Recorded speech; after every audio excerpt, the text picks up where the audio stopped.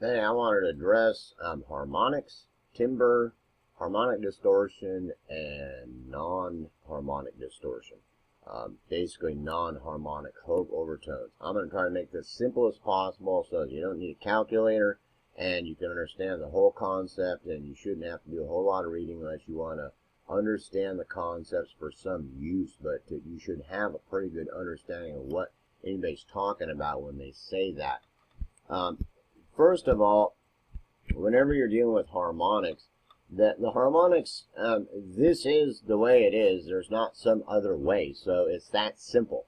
And, so if you want to have someone argue with somebody, you can argue with them all afternoon. This is the way it is. So you've got odd harmonics. The harmonics go like this. You've got your fundamental frequency, say at 100. The first overtone, which is the second harmonic, is 200 in hertz. The second overtone and the third harmonic is 300. The third overtone and the fourth harmonic is 400. So on and so on. And you can see how they go. Starting with a fundamental frequency, that's how they go.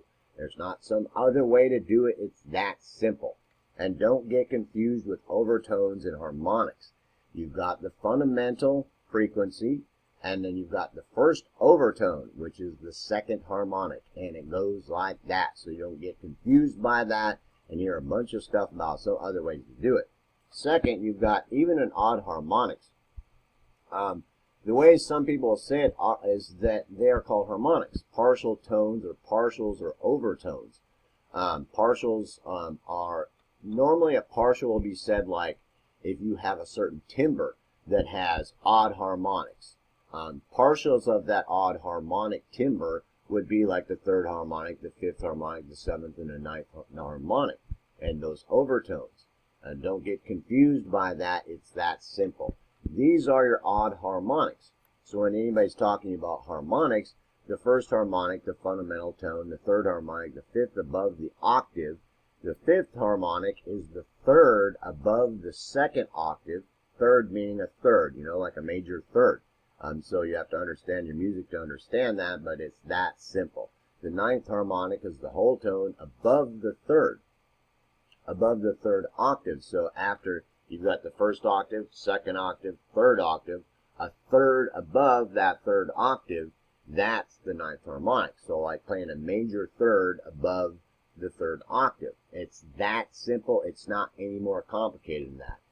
And these are the odd harmonics. And if you put them together, that you can see how they go. You got the first harmonic, the fundamental tone. The second harmonic is the octave above the fundamental tone.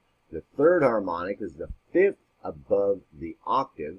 Does that make sense? So you go to the third harmonic is an octave above the fundamental tone, and then a fifth above that octave, that note. Does that make sense? A major fifth above that note. And it's that simple. Don't get confused by that. And that's your harmonics and your overtones. And it's that simple. It's not any more complicated than that. Don't get confused by it, and don't let somebody tell you a bunch of stuff that make you nuts about it. Because basically the harmonics are really good for understanding that you've got like the harmonic series.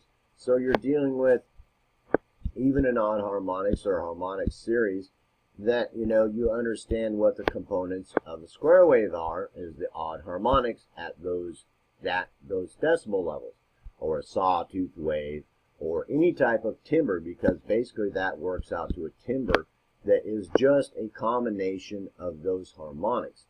And sometimes it'll be we'll get into that in a second, but basically that's all you're looking at. So basically, in harmonic distortion is you have got the harmonics that are inherent in the timbre, which means that timbre has like a square wave. It's got the first fundamental, the third harmonic, the fifth harmonic, the seventh and ninth harmonic. Any other harmonics that are added into it that aren't part of the fundamental timbre and the harmonics included in that sound, those are called harmonic distortion. Now, anything falling in between any of those, that's non-harmonic distortion overtones. It's that simple. It's not any more complicated than that. And when you understand that, it's real simple to see that if you put some tone generators on a track, that when you're building square waves and any other timbre, because basically these combined sinusoids are going to create a timbre of some instrument. And this one, in this certain timbre, it might be down like that. This one might be up. That one might be down. This one might be up. So on and so forth like that. And basically that is the timbres inherent in the waveform. Then you come out with this composite waveform. That is a combination of those sinusoids that create the timbre for that sound. And some timbres will be only harmonics, but some timbres will have non-harmonic overtones. And non-harmonic overtones are anything that falls in between any of those harmonics, whether they're odd or even. And harmonic distortion is what I already explained. And it's that simple. It's not any more complicated than that. It's not any more complex than that. That's what it is. That way you don't get confused when somebody talks to you about what the harmonics are, what the even harmonics are, what the odd harmonics are, what harmonic distortion is, what non-harmonic distortion is, so that you understand when you put a distortion pedal on your guitar, some distortion pedals will emphasize the actual harmonics in the sound or in the timbre of the instrument, which basically works out to its sinusoidal composite waveforms that create a waveform. And when you add that distortion or any other type of nonlinearity that distorts the sound, some of them will add non-harmonic overtones and some of them will boost the harmonic overtones. So it's that simple. It's not any more complex than that. And when you're trying to enhance the harmonic content or add distortion, a lot of times you'll have the basic composites of, like, here is the fundamental, the third, the fifth, and the ninth, and all the other ones are down, and you've got a square wave. Well, basically at different degrees, and distortion added to that is that basically what's happening is distortion as that you start getting a bunch more frequencies out here. And what will happen is they will slowly multiply like that.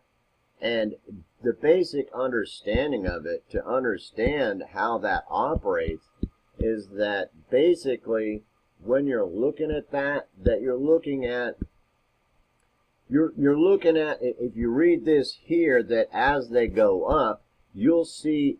You need to just sit down on a piano, sit down with a piano and figure out what these notes are. And you'll start to see how a chord progresses, how whole steps of those notes as it goes up. And then later on, you'll start with some distortions, you'll get like half steps until you basically, as it goes up the frequency and goes down, that you've got half steps all over the place. And then sometimes you'll get a non-harmonic distortion in there besides that. And it's that simple. Don't get confused by it. It's not any more complex than that.